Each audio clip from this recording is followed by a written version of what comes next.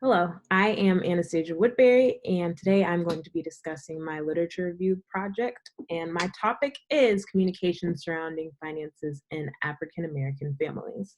So I'm going to go ahead and share my screen with you all.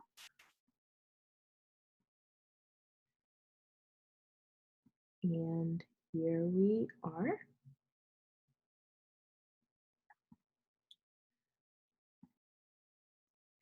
Okay, so as I said, communication surrounding finances in African American families.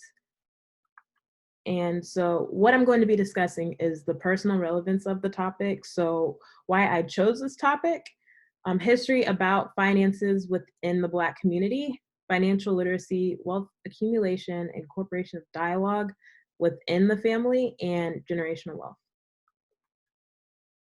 So, personal relevance of the topic. So, I attended Florida A&M University, which is a historically Black college and university. It's located in Florida, obviously. And as a graduate student, I received the Minority in Retirement Security Grant, which was basically a grant to teach financial literacy to the Black community. And I found it kind of ironic because I did not consider myself, and I still don't consider myself financially literate. I am, it is an area that I'm trying to learn a lot more about and be less intimidated by, seeing as um, money is kind of the way to live as far as humans are concerned. Um, and so I kind of wanted to tackle why I felt that way and if that was something that was happening within the Black community. So that is why I chose that as my literature topic. And just a little bit of history on finances within the Black community. This is something that I didn't really know about until I attended FAMU. Black Wall Street, which was located in Tulsa, Oklahoma, but Black Wall Street had approximately 600 businesses, 21 churches, 21 restaurants, 30 grocery stores, 2 movie theaters, 6 private airplanes, 1 hospital, 1 bank, and its own school system. And this picture is courtesy of the radio station WRNB 100.3 in Philadelphia. But it pretty much explains what Black Wall Street was. It was a self-sufficient Black community, and it was around in the late 19th century and early 20th century, so about the late 1800s, early 1900s. And what happened surrounding Black Wall Street is definitely a sad topic. It is the race riots of 1921. So this occurred June 1st, 1921. It lasted for 2 days. And what happened was it was one of the most deadly massacres in history at the time. And more than 1,400 homes and businesses were burned. Nearly 10,000 people were left homeless. And there was somewhere between 30 and 300 people dead, according to Encyclopedia Britannica. It's just based off of whose deaths were actually reported versus whose were not. And there were approximately $1.8 million in damages. And the part that's even more messed up was there was little to no government assistance. But not only that, the police that were called to the scene, most of them stood by and did nothing to help the Black community. In fact, they watched it burn. And when white citizens of Tulsa were asking what's going on, they supplied them with weapons and with other things to pretty much destroy the community, and they encouraged others to partake in destroying the community. Now, something that is very fascinating about this is even though it had such a huge impact on the Black community and in our history and in our culture, it's not a topic that's discussed. Growing up in Georgia, I did not learn about the race riots of 1921, nor did I learn about Black Wall Street. And so that was something that also made me curious as to why, once again, this information is not being disseminated. And in fact, according to Encyclopedia Britannica, this occurrence was barely mentioned in history books until the late 1990s when a state commission was formed to document the incident.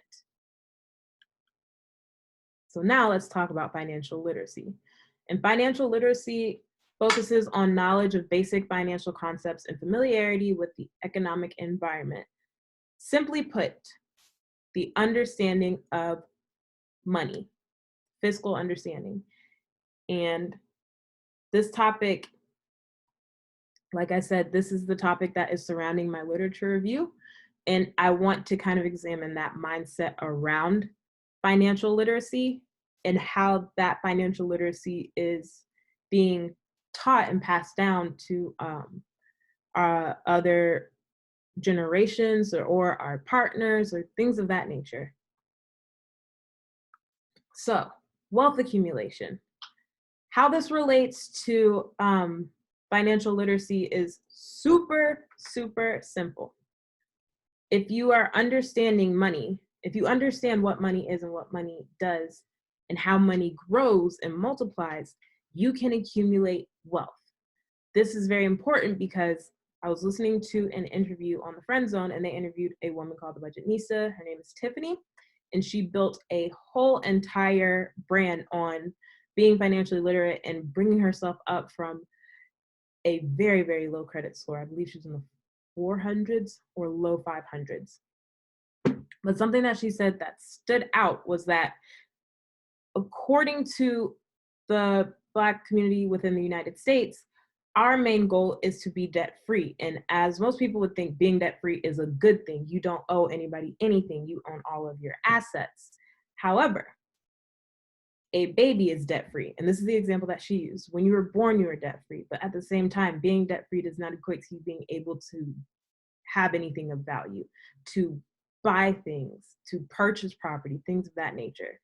And the mindset towards money for every other community within the United States is to accumulate wealth, meaning to grow your net worth. So that is the difference between the mindset of the Black community within the United States and every other racial community within the United States. So the incorporation of dialogue. The goal is to normalize these discussions surrounding finances within a family setting. Simply put, money is not a taboo topic. It is something that people grow up hearing about, knowing, understanding, and can easily integrate within their everyday lives starting at a young age. And a way to do that, which is something that I found very interesting, which I elaborate more on in my literature review, is financial therapy. And financial therapy is the study of the cognitive, emotional, behavioral, relational, economic, and integrative aspects of financial health and integrates aspects of financial planning, financial counseling, marriage and family therapy, sociology, social work, and psychology. So as you can see, it is a topic that has a lot of depth to it, and it requires a lot of pretty much help. And it's kind of like any other, I don't want to say any other shortcoming, but any other aspect of someone's life that they have to go to counseling for to kind of work through and have a greater understanding and to be able to communicate, be it a feeling, an emotion, a trauma, something of that nature. Money is not that different. And the approach to fully understanding it and being able to communicate it to your family and to the people that are closest to you is something that is very important, and it should be treated as such. Generational wealth. So with generational wealth, and most people are aware of what it is, but if you're not, it's super simple. It's creating a legacy and having the safety and the stability to be able to pass down to your family members from one generation to the next. So having net worth, not leaving behind debt or other people to collect, but leaving assets and leaving pretty much a surplus to their life. And the importance of providing for your family after you are gone.